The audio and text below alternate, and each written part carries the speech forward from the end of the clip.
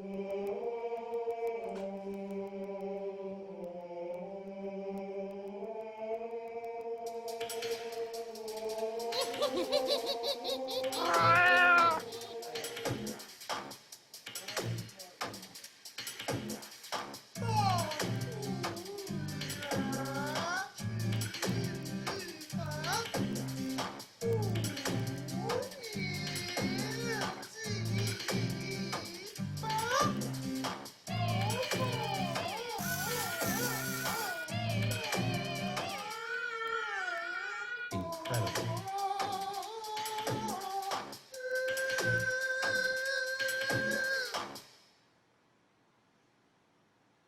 Amazing.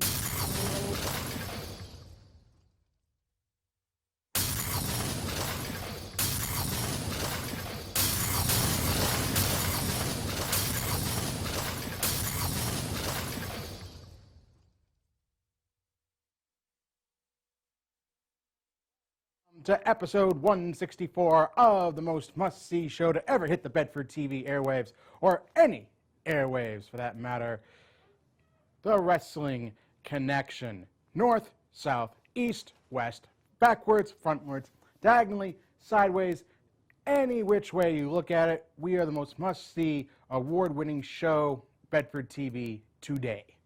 And speaking of today, today is the day before a very special day for yours truly, my 29th birthday. Happy birthday, Ken. And since it's April 20, and since my birthday is April 22nd, I can honestly say happy birthday to me. Congratulations, Ken. How does it feel? You feel any older? I feel one step closer to oblivion. That a boy. But in all seriousness, but I am really excited. I'm really looking forward to this weekend, celebrating my birthday with friends and family. Of course, my good friends here at Bedford TV and on the Wrestling Connection.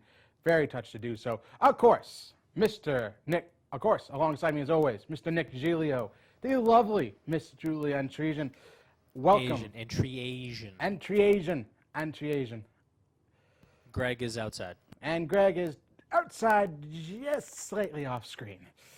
But try not to bring the mood down too much, though. But on a more solemn note, we here at the Wrestling Connection like to offer our condolences to the Anoa'i Samoan wrestling family for the loss of a very entertaining, charismatic family member, Matt Anoa'i, otherwise known as to WWE fans as Rosie. Here you see him pictured with his younger brother, Roman Reigns. Matt passed away recently. He had a very entertaining career in WWE. Came up as part of a 2-minute warning in 2002, along with the late great Umaga, then known as Jamal. Rosie didn't have what you would call a fruitful career, but he had a very entertaining one. Went from 3-minute warning in 2002 to a very entertaining tag team alongside the Hurricane as his superhero in training. And for the sake of our censors, I won't bother to tell you what the acronym for that is. But Rosie and Hurricane were a very entertaining duo. One of my favorites from 2004 to 2005.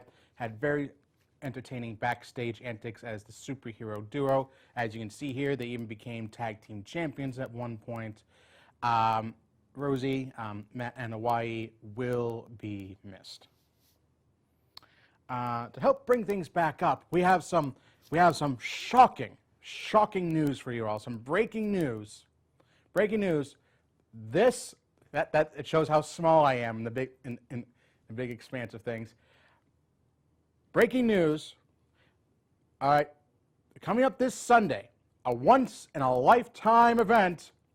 People will finally be able to see John Cena. I'm not kidding, folks. For the first time in 3,000 years, people will actually be able to see John Cena live and in color.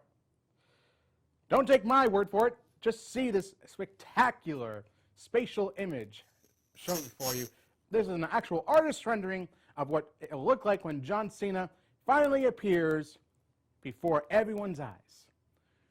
Make sure to let all your friends and family know for this once-in-a-lifetime event, because it will never, ever happen again. Can you believe that? This is an absolutely cosmic event that's taking place. Cosmic. Otherworld-like. World-shattering. We'll finally be able to see Cena for the first time in forever. But anyway, moving on. I'm going to change things up this week. Instead of the usual Raw SmackDown format, I got a few bits and pieces right here, a few important ones for the wrestling review for this week. The first being the feud between Randy Orton and Bray Wyatt. And I gotta say, I am so disappointed with how this feud has gone. I mean, we were talking about this. We were all excited about this, coming like January, February, when Bray had won the WWE World Championship. It seemed like the WWE had finally figured out how to properly book Wyatt as a dominant force in WWE. It seemed like that they had reinvigorated Orton by having him portray himself as a loyal member of the Wyatt family.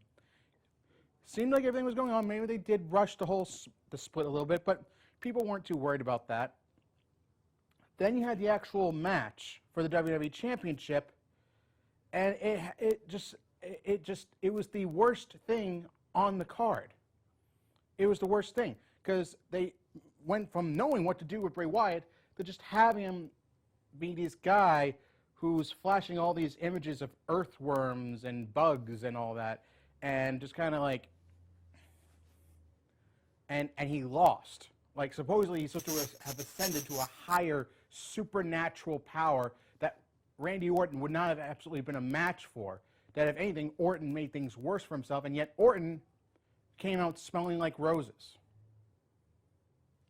I mean, and then you have this, quote unquote, this house. This is not the image I was talking about. No, the wrestling review. Wrestling review. First picture. Yeah, it's not in order, Ken. Oh yeah, sorry. Okay, there we go. So this was what their rematch was supposed to be, a House of Horrors match for the WWE Championship. What's a House of Horrors match? We still have no idea. If it's anything like the Wyatt family's previous installments with the New Day visiting the Wyatt compound, it would be something surreal and something that we might actually enjoy. Except now that we know like who the number one contender to the WWE Championship, the next number one contender is going to be, they've seemingly made no mention of the WWE Championship. They've seemingly taken it off the table, and now it's just going to be a House of Horrors match between these two at a Raw branded pay-per-view. A Raw branded pay-per-view with, admittedly, Bray Wyatt, now a new Raw superstar, and Randy Orton. Now, Julie, I mean, I gotta ask this. Yes, I'm here. Okay. I mean, the fact that, the only kind of way, the only left turn, the only, like, seemingly correct turn they've taken in this booking is taking the championship rematch off the table right here. And now, the only way they've made this match seem uncertain in terms of result is taking the championship off the table. Because they've already determined the new number one contender for the WWE Championship, that being Jinder Mahal. But we'll touch on that in just a minute. But again, what happened with this? It's confusing. Oh, okay, well, that's an understatement. Okay, I mean, they've taken everything that was good about this feud with Orton and Wyatt and just completely turned it on its head. I mean, I don't think there's really much a better way to describe it. It's just like they're taking everything that was good about it and made it just, for lack of a better term, they just made it suck. Yep. I don't know how else to say it. That's I mean, clear. You've made it. That's clearly stated. it's clearly stated. I couldn't state it better. I mean, okay, so maybe Wyatt gets the one up here. Maybe Wyatt goes to Raw on a roll with momentum when he eventually faces off with the Demon King Finn Balor on Raw, which would be a very unique encounter. But at the same time, the fact that he goes without getting his due rematch for the WWE Championship, the fact that he had it for all of a month, and at the age of Wyatt was essentially all of 1 month. I mean, where does he really go from here? Where does Bray really go from here? And I know I'm a broken record. I've been asking this for months and months and months and months. I've been a big follower. Yes, I've been following the buzzards, quote unquote, and I'm stumped. Like, I mean, do they really have a plan for him, or is he just going to get lost in the shuffle on Raw now? Or is he just going to be another face in the crowd? Or maybe he'll go to SmackDown. Well, no, that's the thing, though. We thought that, oh, hey, if they make this for the WWE Championship, maybe if Bray wins it back, maybe he stays on SmackDown and Orton goes to Raw. Like the whole United States Championship situation with Jericho and Owens. If Owens wins, he stays on SmackDown. If Jericho wins, he comes over to SmackDown. It doesn't say if Owens goes over to Raw or not. We don't know exactly the full outcome of that either. So again, they got these stipulations set. At least we have a modicum of an idea with the whole Owens-Jericho situation. The House of Horrors, we don't know anything that's going on. We don't know if it's going to be for the championship. I mean, we don't even know if, we clearly know that one way or another, Orton's going to come out of this still WWE champion, simply because of this. The fact that your new #1 contender is Jinder Mahal. I like it.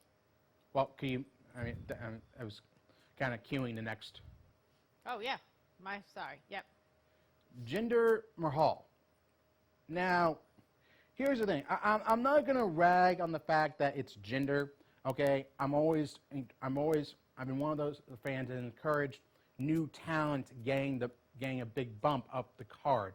So I'm not gonna deride WWE for picking Jinder of all people, but considering the recent promotion they've been doing over in India, even though Jinder isn't actually Indian and is called, well, he's probably the closest thing. He's actually Canadian. Right. I was reading his bio. He was born in Canada, but his ethnicity is His Indian. ethnicity, he's Indian Canadian. Got it. That's Canadian certainly one of the more Indian. unique mixes I've Yes. seen sometime. But I mean, the fact that they've had big time expansion over in India recently, this isn't a coincidence. I mean, it's a number of factors. One, like I said, Jinder is the most athletically conditioned, and they've got the best thing they've got in terms of promoting that expansion in India. Especially now that they have a new,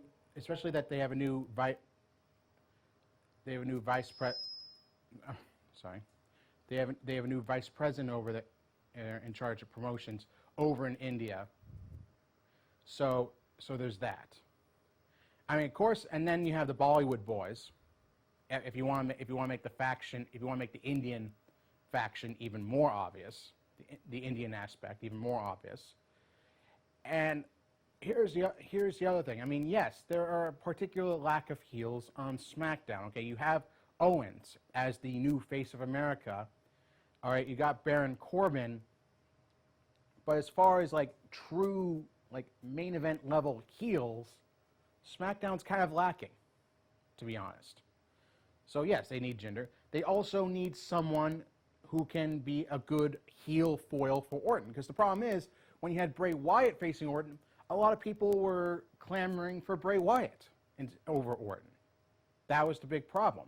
Now you've got someone that Orton can be an entirely face individual against. Where there's that. And, I mean, the other thing, and then this one's kind of obvious, is that Vince likes big, muscular men.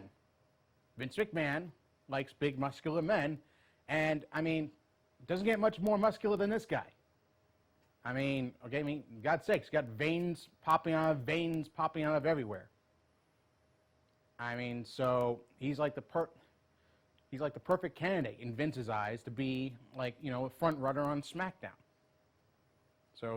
So there's no surprise there. So again, I mean, like I said, good for Jinder. I'm not, like I said, I'm not even upset about this. I'm just not really surprised, just considering like just how obvious it is. The fact that he went from being very much a jobber on Raw to being in the main event on SmackDown. You understand that, like, we're actually going to have to look forward to Jinder Mahal being in a main event on a WWE pay-per-view contending for a world championship. Something that he's never even remotely come close to in his tenure in either of his times with WWE. So I mean, it's going to be interesting, just to say the least. But I'm not totally sold on this. I mean it's good that they gave him the Bollywood Boys as sort of like a faction, sort of a heel group. It'll be interesting to see if they add anything more onto that, or if they just stick with the three for the meantime. I mean, again, this is kind of wait and see for me. I mean, obviously, Orton has to deal with Wyatt first. I want to see how he and Jinder really kind of interact and see how well Jinder can flourish in the main event scene. All right, so moving on from there, kind of going back to Raw for a second.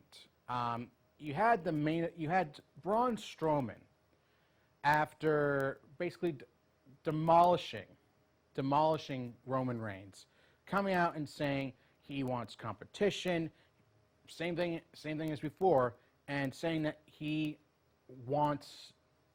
And that's all he wanted. He wanted more competition. He wanted people to demolish. And here comes General Manager Kurt Angle saying, okay, if anything, you should be suspended for what you did. And Strowman said, okay, well, then do it. I dare you, more or less. And then you have Kurt Angle, and then you have Strowman basically bullying basically mowing through the entire Raw roster, including literally taking one of the newest Raw superstars, Kalisto, picking him up bodily and tossing him in the trash. Welcome to Raw, Kalisto. Welcome to Raw. Then you have Big Show coming in and basically saying, okay, why don't you pick on someone your own size? Of course, that leads to a rematch between Strowman and Big Show, where Big Show kept kicking out of clotheslines, running power slams, and it ultimately came down to Strowman superplexing Big Show. Apparently, they forgot to reinforce the ring this time around, because the ring collapses. Referee John Cone goes tumbling out of the ring to ringside. Both Strowman and Big Show are seemingly out until you see right here, Strowman actually gets up from this. Any other time you've seen this happen with like either Big Show and Lesnar, Big Show and Mark Henry, both men have been laid out going into the end of the show. This time around, Strowman actually gets up and celebrates, and rightfully so. If beating up Reigns brought back some of his credibility, this basically cemented his credibility as the monster heel on Raw. I mean, the fact that he superplexed the Big Show in a spot which normally knocks both men out.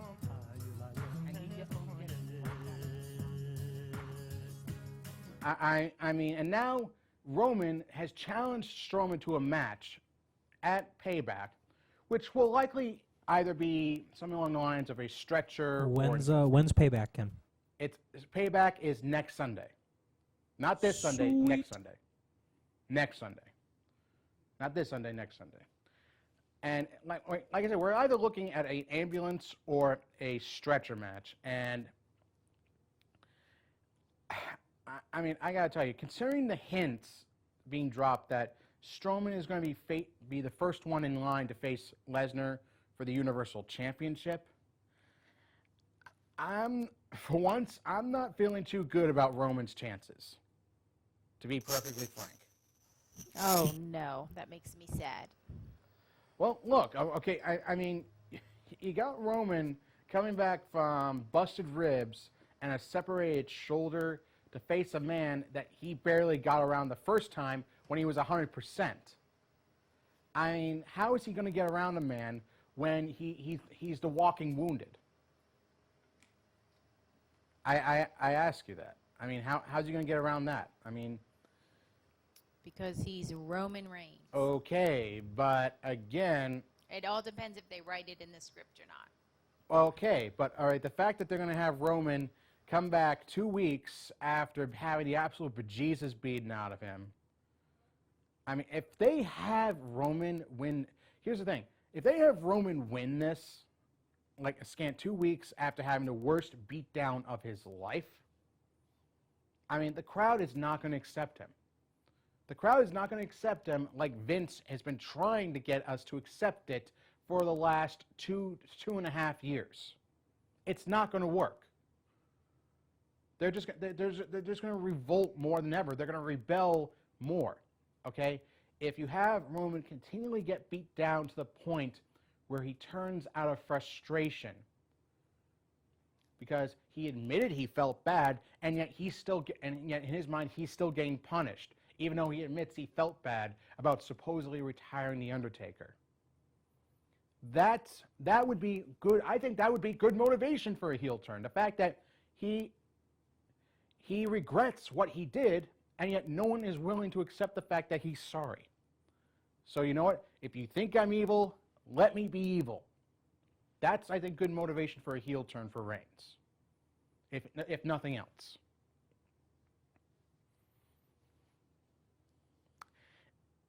Now, switching gears here. I mean, we go Ken, from... Before you do that, I got a question. Shoot. Why is it called heel? Honestly, that's just the way people have always been described as you know, these dastardly villains, these heels. Why wouldn't it be like foot? Like, you know, a face, like face head, like, you know, why not like foot or like Well, toe? I mean, face relates more to like baby face. You know, these clean cut, squeaky clean, heroic types. That's what baby face more or less means. Oh. I mean, with heels, it's basically like, I mean, they're like dirty, grungy, like something you would find on the heel of your something you would prefer more on the heel of your boot. I see. Thank you for clarifying. Thank you. Now, back to where you were. Back to where I was. Now, like I said, changing gears from Strowman's on-air bullying of the entire Raw roster, seemingly, to more serious issue of bullying going on with one John Bradshaw Layfield. I mean, there's been some. I mean, we talked about this last week, but I want to talk a little more at length about this. And people are saying what JBL does isn't considered bullying.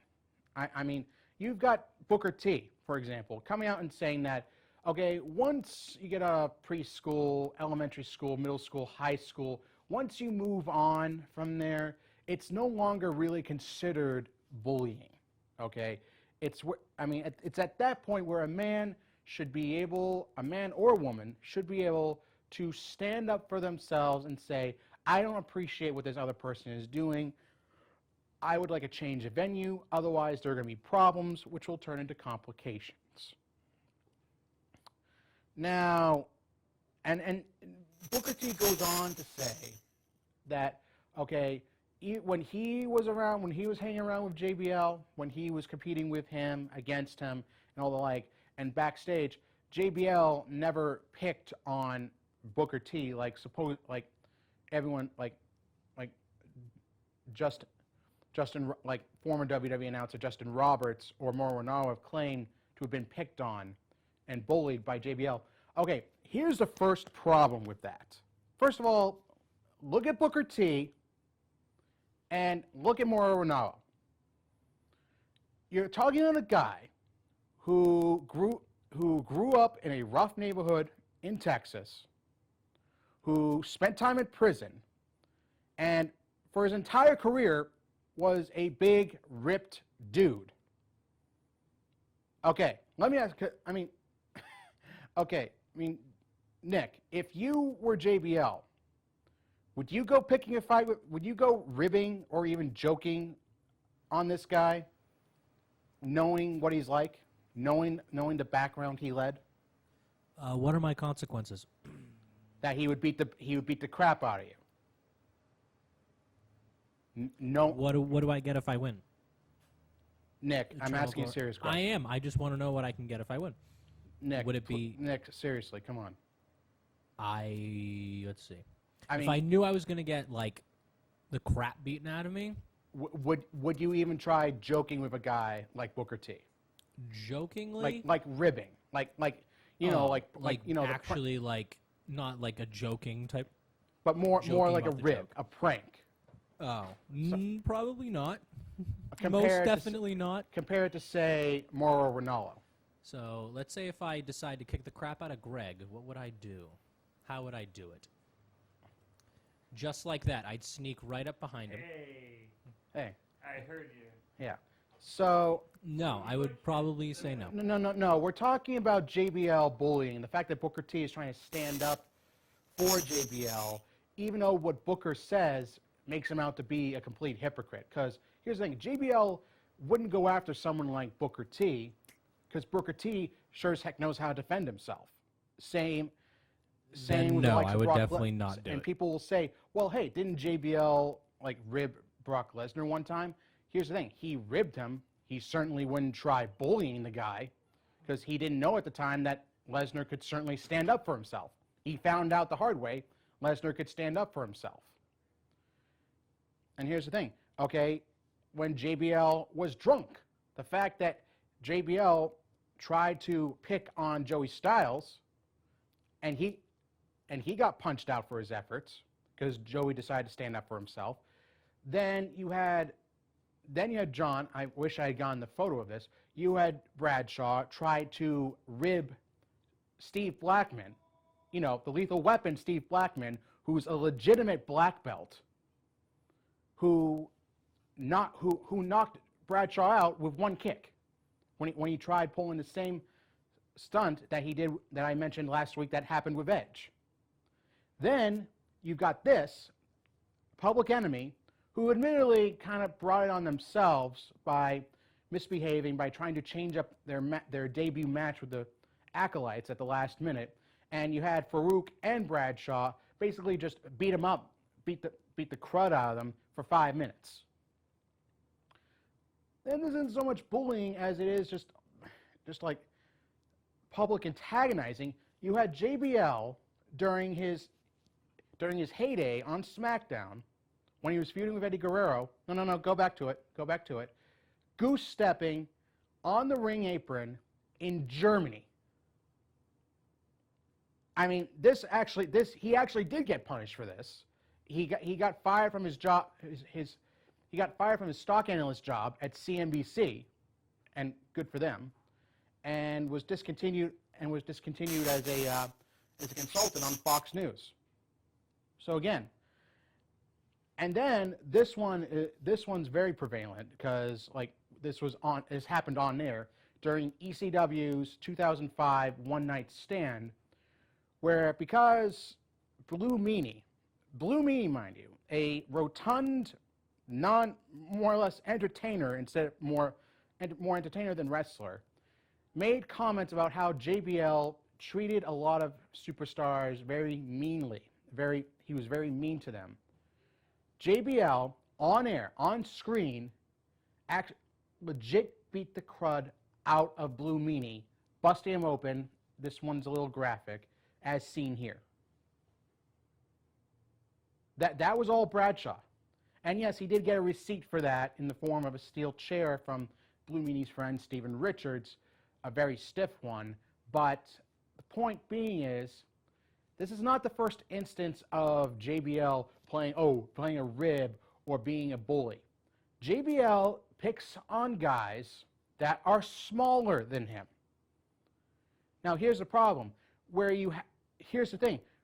Booker talks about how you need to leave bullying in the schools, in the middle schools, in the high schools. But unfortunately, it seems like that Bradshaw missed the memo on that. Because this is clearly bullying, if not bordering on harassment. And That is some gore right there. that was all Bradshaw. That was all Bradshaw. Terry Bradshaw? Yes, he legit beat up Blue Meanie at the One Night Stand pay-per-view because Meanie did not like the way that Bradshaw acted to a lot of the superstars backstage. He thought they were very mean, and he showed him just what that kind of level of mean was. That is uncalled for, Ken. Does that make you angry? It does, okay? And the I fact can't that see you on the screen. when though, Ken. JBL is confronted about stuff like this I think on social media, he basically blocks anyone who speaks up against him. He blocks, or he unfriends or whatever. He unregisters them or whatever because he can't own up to the fact that he is a downright bully. He is. That's all there is to it. How angry are you about this? Okay, considering I was someone who was constantly picked on and ridiculed and bullied, all right, I take great offense to this. And, okay, Booker does have a point that bullying should be left in the schools, and there shouldn't be bullying in schools in the first place. I concur. And maybe I agree with him to an extent, but what makes Booker a hypocrite out of this is that the reason JBL never came after someone like him is because Booker is not Mauro Ranallo. Booker is not Joey Styles. I'm sorry, who was the second person? Joey Styles, ECW's one-man announce team. Related to AJ? No. Ooh, so close. Yeah, I know. He's not the first time he hasn't heard that. And I know it may seem a little harsh to want to have JBL fired, but you know what? Okay, if he didn't learn back in 2000, if he hasn't learned by 2005 or 2007, he sure as heck not going to learn now. I mean, how much longer is Vince going to let this go on for? Oh, it's to weed out the prima donnas. Okay, it's to weed out who doesn't want to be in pro wrestling.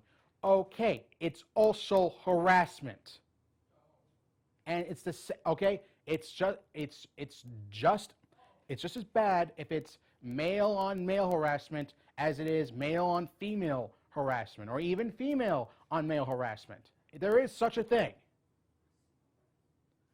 Okay, what JBL does is bullying. It's bullying. It's harassment. And I can't see how anyone could stand for it. Okay, and Vince, I mean, whether Vince actually encourages this or not, we don't know how accurate Justin Roberts' statements are that that JBL once stole his passport at the behest of Vince McMahon. We don't know how true that is, even if Vince did say, oh, well, good luck getting your passport, pal.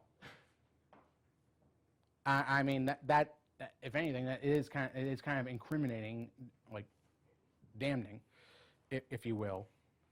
But Vince has to realize this is going to come back to bite him and WWE in the backside.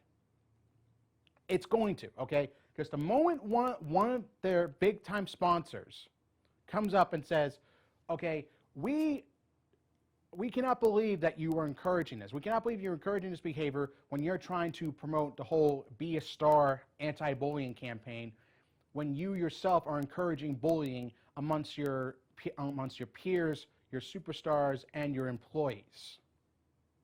And we are not going to stand for that. And trust me, Vince, the moment Vince feels like that one of his sponsors has one foot out the door, JBL's gone like that.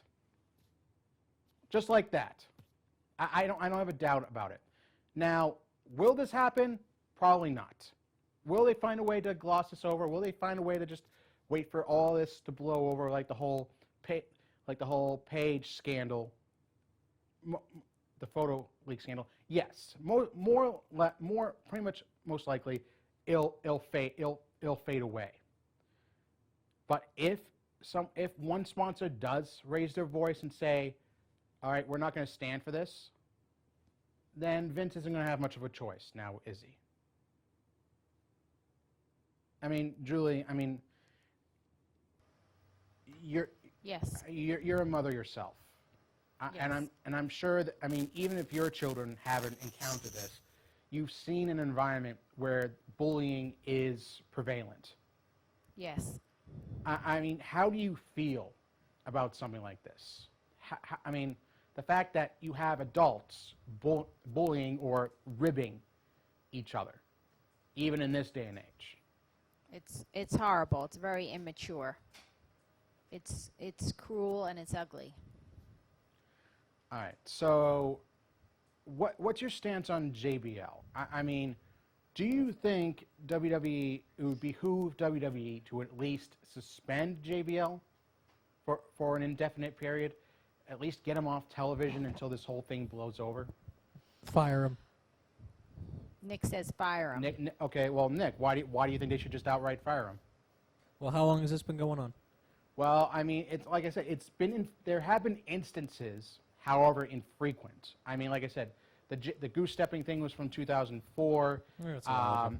The Blue Meanie incident was from 2005. The Joey Styles thing was supposedly from like around 2007. And then, like I said, you had the instance with Public Enemy, which I believe was all the way back in 2000. So And a long now, time. now you have this situation with him and Mauro Ranallo in 2017. And So again, a long time. I mean, yeah, this has been going on for a long time. JBL is basically, if reports are any indication, he's basically been Vince McMahon's go-to guy as far as like getting people in line and weeding out the weak ones. So yeah, let him go. Well, I mean, okay, I mean, just not even waiting to consider. Nope, let him go. Walk away. You just think he should just be given his walking papers. Oh yes. Adios, sayonara. Like you don't have any tolerance for this kind of stuff either. Well, not only that, if that this is a job, correct? It is. Well, in any other job in the world, if you did that a bunch of times, well, I think you wouldn't even be given maybe a second chance, but not a third or a fourth or a fifth. So, au revoir. Shoshana. I gotta agree with you. I mean, I just can't see. I mean, if any more fuss gets raised about this, I don't see like what kind of choice that Vince and WWE have. Otherwise, they're going to look as much as hypocrites as Booker T did for trying to speak up for JBL. Because again, Booker's not in much of a place to protect JBL, considering he says that, like I've said before, bullying should be left in the schools, and yet that's exactly what JBL is doing. Again, I mean, I appreciate Booker coming to the defense of a friend, but this is not really his fight. That's going to be a fight for JBL, Vince McMahon, and the sponsors, if need be. All right. So on that note, I'd like to thank everyone. I'd like to thank you for coming out to see episode 164 of the Wrestling Connection. Coming up next Friday will be our WWE Payback Paper Preview.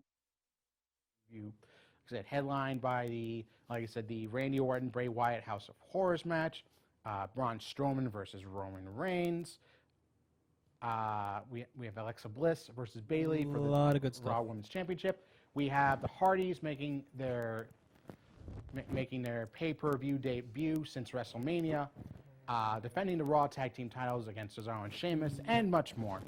But we'll have all of that covered coming up next Friday. I'll try and get a preview for you, all right, Ken? Thank you very much. It's going to be so ridiculously, awesomely awful. Almost as good as the Survivor Series. I have no doubt, Nick. I do my best. I always have faith in you to do your best to be at your worst. That a boy. Question. Shoot.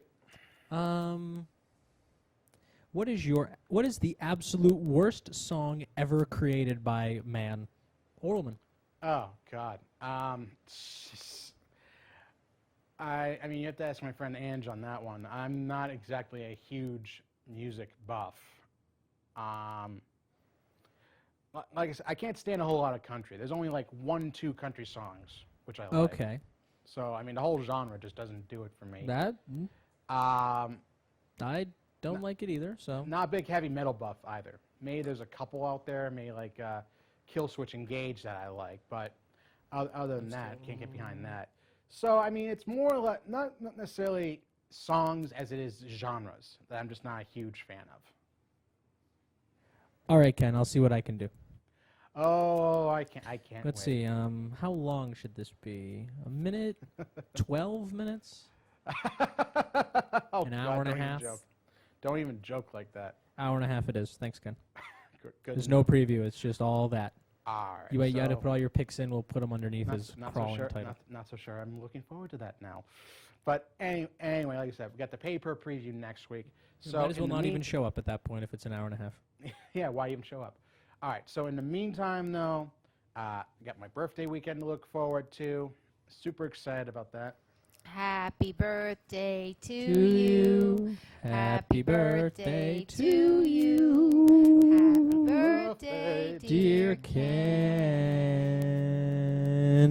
Happy birthday to you.